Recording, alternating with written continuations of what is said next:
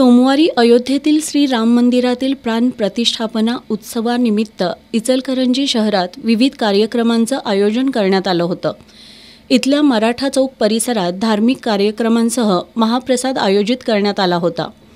त्यावेळी शिवाजीनगर पोलीस ठाण्याचे निरीक्षक राजू तहसीलदार यांनी त्या ठिकाणी कार्यरत स्वयंसेवकांना अर्वाच्य भाषेत शिवीगाळ करत स्पीकर बंद करायला सांगितलं। रामभक्तांनी संतोष कोळी उर्फ बाळ महाराज यांना याची माहिती दिली।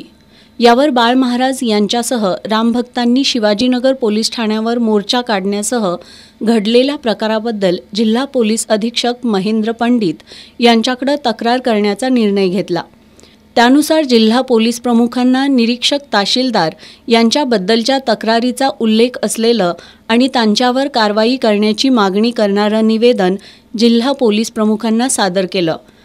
जिल्हा पोलीस प्रमुखांनी याची दखल घेत कारवाईचं आश्वासन दिलं। दरम्यान उपअधीक्षक समीरसिंह साळवे यांच्या कार्यालयात झालेल्या बैठकीत झालेल्या चर्चेनुसार शिवाजीनगर पोलीस ठाण्यावर मोर्चा काढण्याचा निर्णय मागे घेण्यात येत असला तरी तहसीलदार यांच्यावर कारवाई होत नाही तोपर्यंत स्वस्थ बसणार नाही असं स्पष्ट केलंय।